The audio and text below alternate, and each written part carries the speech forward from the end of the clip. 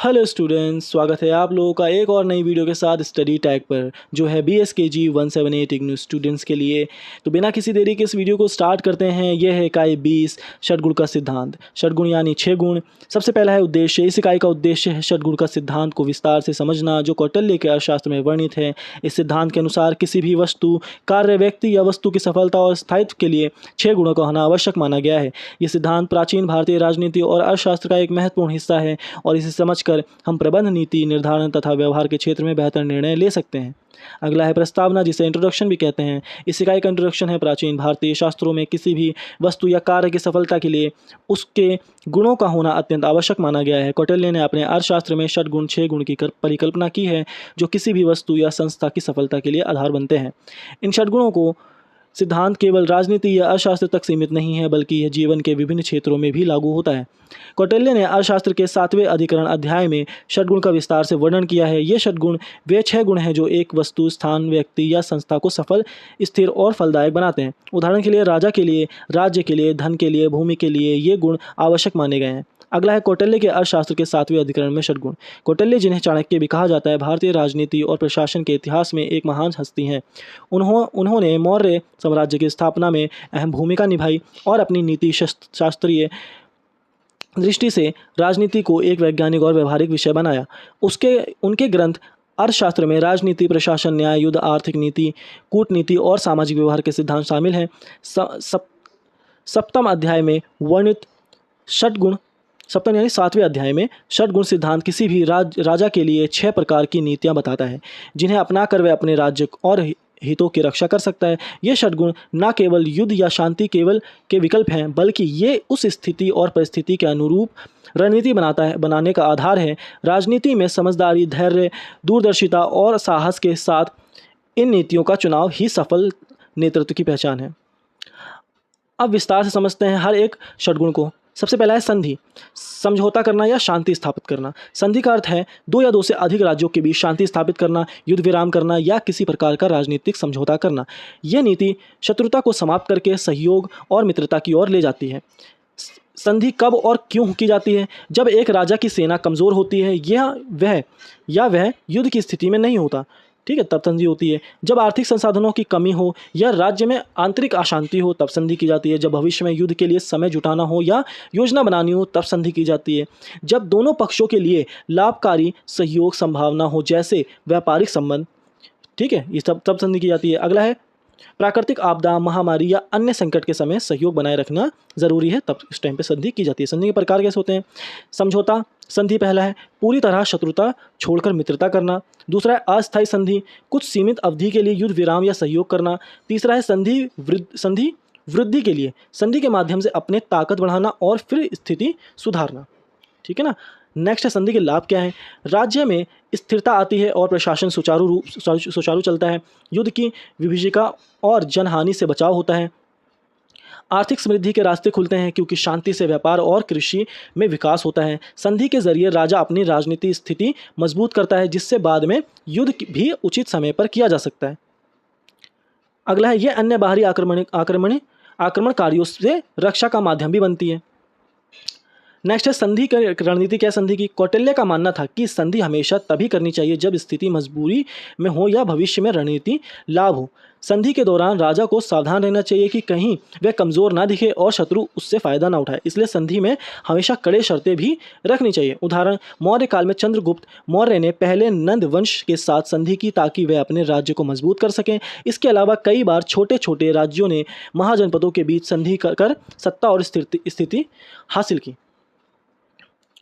दूसरा है विग्रह, युद्ध करना। विग्रह का अर्थ है खुला युद्ध या संघर्ष करना। जब संधि ना हो या वह लाभकारी ना हो, तब राजा युद्ध की नीति अपनाता है। विग्रह कब किया जाता है? जब राजा की सेना और संसाधन युद्ध के लिए पूरी तरह तैयार हो, जब शत्रु कमज़ोर हो या उस पर हमला करना फायदेमंद हो, जब शत्रु ने संधि तोड़ी हो या दुश्मनी बढ़ाई हो, जब राज्य की सुरक्षा, विस्तार या सम्मान के लिए अनिवार्य हो, जब युद्ध के माध्यम से आर्थिक और राजनीतिक लाभ हासिल हो, तब विग्रह करना चाहिए।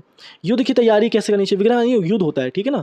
विग्रह की तैयारी कैसे? कौटिल्य के अनुसार युद्ध से पहले गुप्तचर तंत्र मजबूत करना चाहिए। सेना की संख्या, हथियारों की उपलब्धता, सेना के मनोबल की देखभाल और रणनीति बनाना आवश्यक है। युद्ध तभी सफल होता है जब सही समय और सही दिशा में पूर्ण तैयारी हो। युद्ध में कभी कभी छल, धोखा और चालाकी का सहारा भी लेना पड़ता है। विग्रह के लाभ और हानियाँ। युद्ध के जरिए राज्य का विस्तार और प्रभुत्व बढ़ता है। विजेता को बड़ी प्रतिष्ठा मिलती है। हालांकि युद्ध जनधन और संसाधनों की भी भारी हानि भी करता है। युद्ध में जनता में पीड़ा, विनाश और अशांति फैलती है। ठीक है, डर का माहौल फैल जाता है। उदाहरण, चंद्रगुप्त मौर्य ने मौर्य साम्राज्य की स्थापना के लिए नंदवंश और बाद में विभिन्न राज्यों के विरुद्ध युद्ध किया। यह पूरी तरह से कौटिल्य की विग्रह नीति का पालन था। तीसरा है आसन, यानी इसका मतलब होता है प्रतीक्षा करना या स्थिर रहना। आसन का मतलब है स्थिति को स्थिर रखना, युद्ध या अन्य कोई गतिविधि ना करना बल्कि संयमित रूप से प्रतीक्षा करना। आसन कब अपनाई जाती है? जब युद्ध के लिए अभी पूरी तैयारी नहीं हुई हो। ठीक है, जब परिस्थिति अनुकूल ना हो, यानी सही ना हो, या शत्रु की ताकत समझ नहीं आई हो, जब राजा अपनी सेना या आर्थिक स्थिति सुधारना चाहता हो, जब किसी बाहरी कारण से जैसे मौसम, राजनीतिक बदलाव तुरंत युद्ध करना नुकसानदेह हो। ठीक है, जब उस टाइम नुकसानदेह हो सकता है। जब शत्रु की कमजोरी का इंतजार किया जा रहा हो, तब आसन अपनाना चाहिए। आसन का महत्व क्या है? ये नीति धैर्य और समझदारी की परिचायक है। ठीक है, बिना जल्दबाजी के सही समय तक सब्र करना और इंतजार करना जरूरी है। इससे शत्रु की गलतियां पकड़ी जा सकती हैं। राजा अपने संसाधन और मनोबल बढ़ा सकता है ऐसे टाइम पे। आसन का उदाहरण क्या है? ऐसे कई अवसर आते हैं जब राजा लड़ाई से बचकर अपने दुश्मन की कमजोरी का इंतजार करता है। मौर्य साम्राज्य के गठन में चंद्रगुप्त ने कई बार आसन की नीति अपनाई। चौथा है यान। इसका मतलब है कूच करना या युद्ध के लिए तैयारी करना। यान का मतलब है सैन्य कूच, युद्ध के लिए सेना को संगठित करना, आक्रमण की तैयारी करना। यान कब किया जाता है? जब राजा ने निर्णायक युद्ध का निर्णय ले लिया हो, जब सेना पूरी तरह से प्रशिक्षित और तैयार हो, जब समय और स्थिति दोनों अनुकूल हो, जब युद्ध से पहले एक बड़े अभियान के लिए सेना का संगठित आक्रमण जरूरी है। यान का महत्व क्या है? यह नीति युद्ध के अंतिम तैयारी का प्रतीक है। इससे दुश्मन के मन में भय उत्पन्न होता है। सेना को अनुशासित, संगठित और युद्ध के लिए तैयार रखना आवश्यक होता है। इससे क्या होता है कि राज्य का विस्तार होता है। यान के लाभ: समय पर और सटीक हमला करने में मदद करती है। युद्ध के दौरान रणनीति और अनुशासन बनाए रखता है। विजय की संभावना बढ़ जाती है। उदाहरण, महान युद्धों में सेना के बड़े कूच और को यान कहते हैं। मौर्य साम्राज्य की स्थापना के लिए चंद्रगुप्त की सेना का संगठित कूच यान का उत्तम उदाहरण है।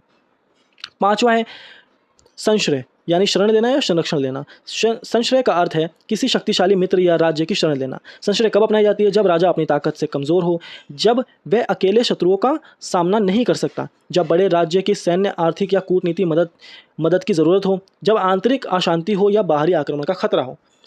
संश्रय के लाभ: ये एक सुरक्षा कवच की तरह काम करता है। बड़े राज्य की सहायता से राजा अपने राज्य को बचा सकता है। ये राजनीतिक और सैन्य सहयोग की स्थिति बनाता है। उदाहरण, छोटे छोटे राज्य अक्सर मौर्य, गुप्त या अन्य बड़े साम्राज्यों की शरण लेते थे। ये संरक्षण राजा की रक्षा और सत्ता स्थिरता का माध्यम होता था। छठा है दैवधी भाव, मिश्रित नीति अपनाना या दोहरी नीति अपनाना। दैवधी भाव का मतलब है दोहरी नीति या मिश्रित नीति अपनाना। इसका अर्थ है कि एक ही समय में दो विपरीत या भिन्न नीतियों को चालाकी से लागू करना। यह नीति तब अपनाई जाती है जब परिस्थिति ऐसी हो कि केवल संधि या केवल युद्ध करना संभव ना हो या दोनों के बीच संतुलन बनाए रखना आवश्यक है। दैवी भाव कब अपनाई जाती है? जब राजा को अपने शत्रु के साथ सतत द्वंद्व में रहना हो लेकिन पूर्ण युद्ध से बचना हो। ठीक है, जब शत्रु की ताकत और परिस्थिति को देखते हुए एक साथ शांति और आक्रामकता दोनों की जरूरत हो, जब कूटनीति और युद्ध दोनों को समुचित समय पर प्रयोग करना हो, जब राजनीति की जटिल परिस्थिति में छल, धोखा और चालाकी से काम लेना जरूरी हो, तब इसे अपनाया जाता है। जब शत्रु में की मनोदशा के अनुसार समय समय पर अपनी नीति बदलनी हो, तब इसे अपनाया जाता है। दैवधी भाव की रणनीति क्या है? इसमें राजा शत्रु के सामने संधि का आभास देता है परंतु साथ ही गुप्त रूप से युद्ध या साजिश की तैयारी भी करता है। राजा एक साथ शत्रु को धोखा देने और दोस्ती का भाव दिखाने में सक्षम होता है। यह नीति उस समय काम आती है जब सीधे युद्ध से हानि ज्यादा हो और पूर्ण शांति से लाभ नहीं। ठीक है, द्वैधी भाव के लाभ: ये एक लचीली नीति है जो परिस्थितियों के अनुसार अपनाई जा सकती है। इस नीति से शत्रु की सोच और प्रतिक्रिया पर नियंत्रण रखा जा सकता है। युद्ध और शांति के बीच संतुलन बनाकर नुकसान से बचा जा सकता है। राजनीतिक चालाकी और गुप्त कार्रवाई के लिए यह सर्वोत्तम तरीका है। द्वैधी भाव के नुकसान क्या? यदि सही तरीके से ना अपनाई जाए तो यह धोखा बन सकती है जिससे राजा की साख खराब हो सकती है। मतलब उस पर लालच लग सकता है कि ये धोखेबाज है। कभी कभी यह नीति शत्रु को भी चालाक बना सकती है। उदाहरण, कौटिल्य ने स्वयं इस नीति का प्रयोग किया जब उन्होंने मौर्य साम्राज्य को बढ़ाने के लिए कभी शत्रुओं के साथ संधि की तो कभी गुप्त रूप से उनके विरुद्ध साजिश रची। चाणक्य ने इस नीति के तहत बड़े बड़े राजाओं और शक्तियों के बीच चालाकी से राजनीति की। आधुनिक राजनीति में भी कई बार देशों के बीच द्वैवादी भाव देखा जाता है, जहां एक तरफ सहयोग का नाटक होता है और दूसरी तरफ रणनीति तैयारियां चलती हैं। ठीक है। और लास्ट है सारांश। कौटिल्य का षटगुण सिद्धांत राजनीतिक विवेक, कूटनीति और राज्य चातुर्य का अद्भुत उदाहरण है। ये 6 गुण एक राजा को यह निर्णय लेने में सक्षम बनाते हैं कि कब किस नीति का प्रयोग करना चाहिए। ये सिद्धांत आज भी अंतर्राष्ट्रीय संबंधों, रणनीतियों, गठबंधनों, सैन्य और विदेशी नीति में प्रासंगिक हैं। षटगुण राज्य को स्थायित्व, सुरक्षा, विस्तार और नैतिक प्रशासन की दिशा प्रदान करते हैं। इस प्रकार षटगुण केवल प्राचीन राजनीति का नहीं बल्कि आधुनिक शासन नीति का भी एक मजबूत आधार है। तो इसी के साथ वीडियो खत्म होती है। वीडियो में कोई डाउट है तो आप कमेंट सेक्शन में ज़रूर पूछ सकते हैं। वीडियो की PDF चाहिए बिल्कुल फ्री में, तो डिस्क्रिप्शन में टेलीग्राम चैनल का लिंक है, आप उस पर क्लिक करके PDF फ्री में डाउनलोड कर सकते हैं। वीडियो पसंद आई है तो वीडियो को लाइक करें, चैनल को सब्सक्राइब करें, शेयर करें अपने उन दोस्तों को जिन्हें इसकी ज़रूरत है। मिलते हैं अगली वीडियो में, तब तक के लिए अलविदा।